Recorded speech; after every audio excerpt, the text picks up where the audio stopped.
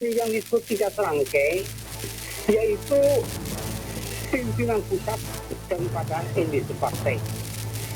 Adapun industri partai ini, partai yang pertama kali menuju ke arah politik, yang menamakan dirinya partai politik menuju ke arah Indonesia merdeka lepas dari Nederland.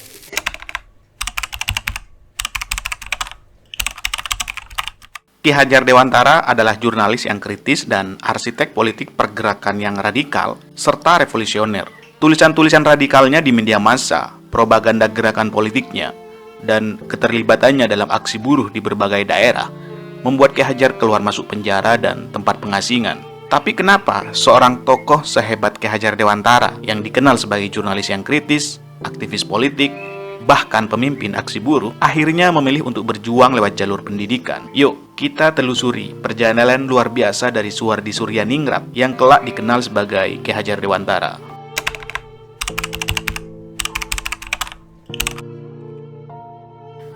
Ki Hajar lahir dalam situasi masyarakat kolonial dan politik pengajaran Hindia Belanda. Masyarakat berada dalam kondisi yang melarat. Pada saat itu, mengenyam pendidikan menjadi sangat langka.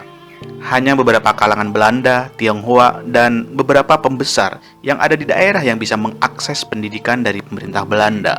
Ki Hajar dilahirkan di Yogyakarta pada tanggal 2 Mei 1889 Masehi, bertepatan dengan tanggal 2 Puasa 1309 Hijriah.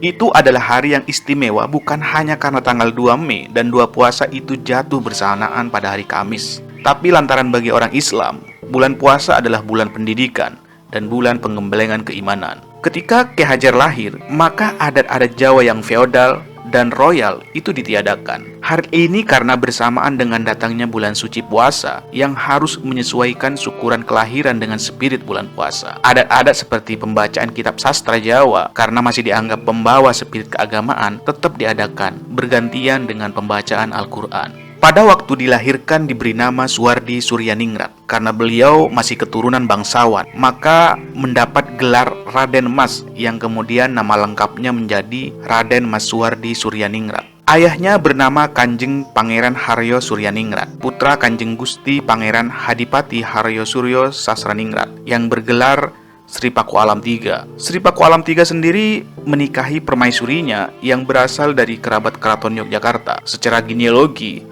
Suwardi berasal dari Kesultanan Yogyakarta. Suwardi juga keturunan ulama besar di Indonesia yang menyebarkan Islam dengan santun dan ramah. Nyi Ageng Senggerang, nenek Suwardi, adalah salah satu keturunan dari Sunan Kalijaga. Nyi Ageng Serang adalah putri dari Pangeran Natapraja, penguasa daerah Serang, sebuah wilayah terpencil dalam Kerajaan Mataram, Jawa Tengah. Silsilah inilah yang menjadikan Suwardi juga mempunyai gen ulama yang cukup berpengaruh di Indonesia. Pangeran Suryaningrat, Bapak Suwardi, bahagia sekaligus bercampur cemas atas kelahiran Suwardi. Pangeran Suryaningrat bahagia karena harapan untuk mendapatkan anak laki-laki terkabulkan, sekaligus cemas karena Suwardi pada saat dilahirkan berat badannya kurang dari 3 kg, badannya kurus, perutnya buncit, dan suaranya terdengar terlalu lembut. Suwardi pun kerap kali mendapat olok-olok jemblung atau buncit.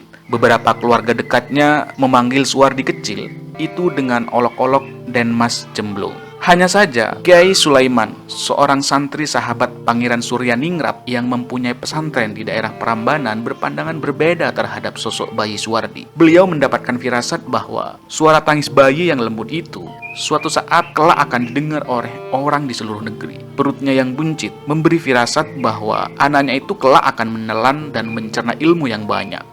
Dan ketika dewasa, ia akan menjadi seorang pemuda yang penting. Nama olok-olok Suwardi pun kini ditambah dengan Jemblung Joyo Truno Gati. Truno yang berarti pemuda, Gati yang berarti penting. Suwardi banyak bersentuhan dengan iklim kerajaan yang feodal. Hanya saja, Suwardi pada masa kecilnya sangat suka bergaul dengan bermain dengan anak-anak kebanyakan yang ada di kampung-kampung. Suwardi seakan sudah menolak sistem kerajaan yang feodal yang membangun sekat dengan rakyat dan mengganggu kebebasannya untuk berinteraksi dan bergaul.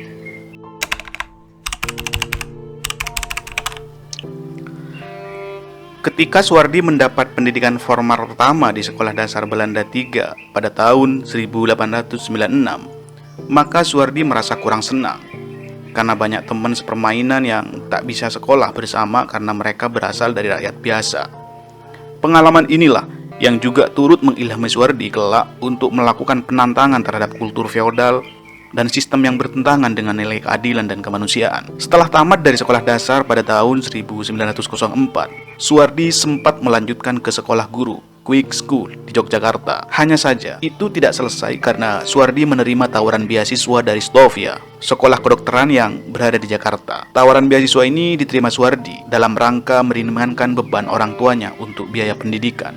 Di sekolah Stovia inilah Suwardi berkenalan dengan dunia politik, keadaan intern di asrama Stovia yang diskriminatif, seperti cara berpakaian siswa pribumi yang tidak boleh sama dengan siswa keturunan Belanda, menjadi bibit perlawanan. Hari Raya Idul Fitri juga tidak boleh dirayakan oleh para pelajar. Tidak mengherankan bahwa justru dari dalam gedung Stovia inilah lahir untuk pertama kalinya kesadaran dan benih-benih perlawanan. Usia 19 tahun, Suwardi sudah aktif dalam pergerakan nasional. Suwardi aktif di Budi Utomo yang terbentuk pada 20 Mei 1908 di dalam gedung Stovia atas dorongan pemuda Sutomo dan Gunawan Mangunkusumo. Dalam melakukan kongres pada bulan Oktober di Yogyakarta, Suwardi mendapat divisi propaganda. Suwardi mempunyai peran untuk menggugah dan membangun kesadaran masyarakat ihwal pentingnya persatuan dalam membangun bangsa dan negara. Suwardi tidak bisa menyelesaikan sekolah karena sakit. Suwardi mengalami sakit selama kurang lebih 4 bulan, sehingga tidak bisa mengikuti pembelajaran. Sakitnya itu membuat Suwardi tidak bisa belajar sedikit. Suwardi pun tidak bisa naik kelas yang berujung pada pencabutan beasiswa pada tahun 1909.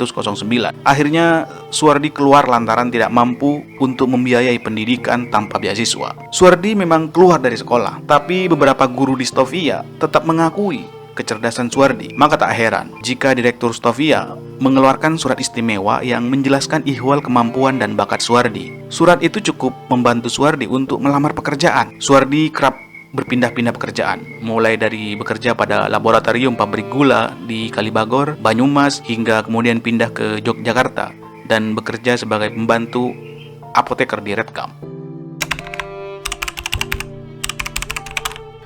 Meskipun Suwardi bekerja, tetapi Suwardi tetap menulis di berbagai media massa dengan pemikiran yang radikal tentang cita-cita kebangsaan, seperti menulis di Sedia Tema, Medan Jawa, Utusan Hindia, Kaum Muda, The Express, Cahaya Timur, dan Majalah Pusara. Ketertarikan Suwardi dalam dunia jurnalistik dan politik mengantarkan perkenalannya dengan Dosdaker dan Hos Cokroaminoto, pimpinan surat kabar harian Utusan Hindia dan The Express. Setelah mengetahui bakat dan pekerjaan Suwardi dalam bidang kewartawanan, maka atas permintaan Dosdaker, ia pun pindah ke Bandung. Ia ikut mendirikan Indis Cipartis, Partai Hindia, yang didirikan di Bandung pada 6 September 1912. Partai ini menggemakan sebuah nasionalisme dan memperjuangkan sebuah kemerdekaan secara terang-terangan. Salah satu tulisan Suwardi yang membuat Belanda marah berjudul "Andaikan Aku Seorang Belanda", yang dimuat dalam surat kabar The Express milik Dosdaker. Belanda yang merasa tersinggung dan marah, maka Suwardi pun mendapat hukuman buang ke Tanah Bangka. Dalam pembuangan, Suwardi masih sempat menyelundupkan beberapa surat kepada Dosdaker. Karena Dosdaker dan Cipto Mangunkusumo membela Suwardi melalui tulisan yang berjudul Kekuatan dan Ketakutan, serta tulisan yang berjudul Pahlawan Kita, maka ia dianggap menghasut rakyat dan memusuhi serta melawan dan memberontak. Pemerintah kolonial pun akhirnya memberi hukuman kepada Dosdaker dan dibuang ke Cupang dan Cipto Mangunkusumo ke Pulau Banda. Kedua sahabat Suwardi itu pun sengaja dibuang ke daerah yang berbeda agar terhindar untuk saling berkomunikasi dan melakukan konsolidasi politik. Hanya saja, 3 serangkai pejuang kemerdekaan itu bersepakat untuk mengajukan permohonan agar hukuman mereka bisa dijalani di Belanda. Pemerintah kolonial Belanda tidak menaruh rasa curiga akan hal itu. Maka pada Agustus 1913, 3 tokoh itu diizinkan berangkat ke Belanda sebagai pelaksanaan hukuman. Di samping tetap aktif dalam politik pergerakan dan jurnalistik, di Belanda Suwardi juga mendalami ilmu pendidikan, seperti aliran pendidikan yang dikembangkan oleh Mario Montessori, Froebel, dan Tagore, hingga ia memperoleh akte mengajar dengan predikat sangat baik. Pada tanggal 17 Agustus 1917, setelah berjalan 4 tahun kurang 1 hari, hukuman pembuang Suwardi dia cabut. Hanya saja karena alasan kondisi politik pada saat itu, berkobarnya Perang Dunia ke-1 di Eropa, maka Suwardi belum kembali ke tanah air. Baru pada tahun 1919, Suwardi tiba di Indonesia. Hal yang paling berkesan dan provokatif ketika Suwardi meninggalkan Belanda adalah pidato perpisahannya yang berjudul Kembali ke Medan Perjuangan. Judul pidato yang cukup provokatif dan berani untuk menegaskan bahwa dirinya akan kembali ke medan perjuangan. Ketika tiba di tanah air, Suwardi langsung terjun di medan perjuangan politik dan jurnalistik. Suwardi bergabung dengan National Industry Party, partai dan gerakan politik pertama yang didirikan oleh Cipto Mangunkusumo dan Dosdaker yang lebih dulu pulang dari Belanda. Dalam bidang jurnalistik, Suwardi membantu Dosdaker untuk berjuang melalui majalah Utusan Hindi, Harian The Express, dan Surat Kabar Penggugah. Di samping itu, Suwardi juga aktif dalam pergerakan buruh. Ia selalu hadir dalam aksi-aksi buruh, dalam aksi demonstrasi, dan membagikan pamflet internasionali pada 1 Mei 1920 di Semarang. Jadi yang menerjemahkan pertama kali lagu internasionali ke bahasa Indonesia itu adalah Suwardi.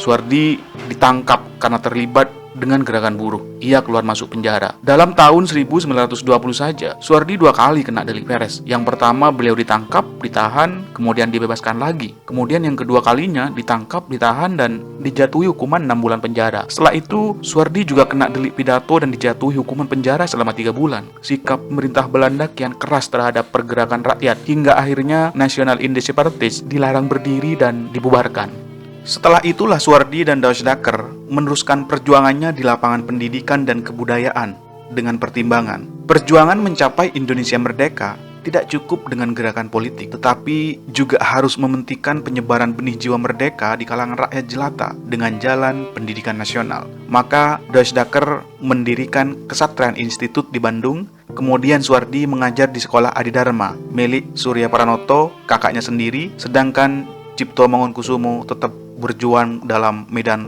politik. Pada saat itu, Suwardi juga bertemu dengan beberapa tokoh partai politik, Budi Utomo yang berjiwa revolusioner dan beberapa patriot ahli kebatinan yang sama-sama memperhatikan nasib bangsa. Atas prakarsa Ki Ageng Sutatmo Suryakusumo, adik mendiang Sri Sultan Hamengkubuwono VIII, dan Ki Ageng Surya Mataram, diadakanlah sarasehan dan lalu berdirilah Paguyuban Selasa Kliwonan. Paguyuban ini ingin mencari jalan dari cengkeraman Belanda yang kian keras terhadap pergerakan kemerdekaan rakyat Indonesia. Dalam forum Selasa Kliwonan berkumpul beberapa pakar yang terdiri dari pakar politik, kebudayaan, dan filsafat pendidikan. Ki Ageng Surya Mataram yang telah meninggalkan cara hidup aristokratnya menjadi filosof yang menyebarkan ajaran hidup yang familiar dengan sebutan ilmu hidup sederhana. Dari filsafat politik kebudayaan ada Sutomo Suryakusumo, Pronowijojo, dan Surya Putro, serta Suwardi Suryaningrat yang dikenal dan sangat menonjol dalam ilmu keguruan dan pendidikan. Tujuan utama dari Paguyuban Selasa Kliwon adalah usaha mencapai kebahagiaan dan kesejahteraan diri, kebahagiaan dan kesejahteraan bangsa, serta kebahagiaan dan kesejahteraan umat manusia. Setelah beberapa kali diadakan sarasehan pada tiap malam Selasa Kliwon, maka dicapai kebulatan pendapat bahwa usaha merebut kembali kemerdekaan bangsa Indonesia dan mewujudkan masyarakat tertib damai, salam bahagia harus melalui penyebaran jiwa merdeka di kalangan rakyat melalui jalur pendidikan dan pengajaran yang berdasarkan kebangsaan, kebudayaan, dan kemasyarakatan. Setelah disepakati, maka diadakanlah pembagian kerja. Suwardi atau sudah biasa dipanggil Ki Ajar dalam forum itu bersama dengan teman-temannya fokus dalam pendidikan anak. Sedangkan Ki Ageng Surya Mataram dengan beberapa kawan lainnya fokus pada pendidikan orang dewasa. Itulah alasan kenapa Suwardi atau yang kelak berganti menjadi Ki Hajar Dewantara terjun dalam dunia pendidikan. Ia percaya bahwa untuk memerdekakan bangsa, yang paling utama adalah memerdekakan jiwa dan pikiran rakyat. Dan jalan paling sunyi dan terjal sekaligus paling mulia itu adalah melalui pendidikan. Bagi Ki Hajar, pendidikan dan politik tidak saling bertentangan. Ia mengibaratkan pendidikan itu seperti taman bunga, dan guru adalah tukang kebun yang menyiram, memupuk, dan membersihkan. Sementara politik adalah pagar yang menjaga taman dari segala ancaman luar. Dua-duanya penting, dua-duanya saling menguatkan. Ki Hajar Dewantara menegaskan bahwa selalu ada hubungan yang baik dan erat antara pergerakan pendidikan, kebudayaan, dan pergerakan politik. Teman-teman, terima kasih sudah menyaksikan video ini. Di video selanjutnya, kita akan membahas konsep pendidikan ala Ki Hajar Dewantara yang hingga kini masih relevan dan masih inspirasi. Sampai jumpa di video berikutnya.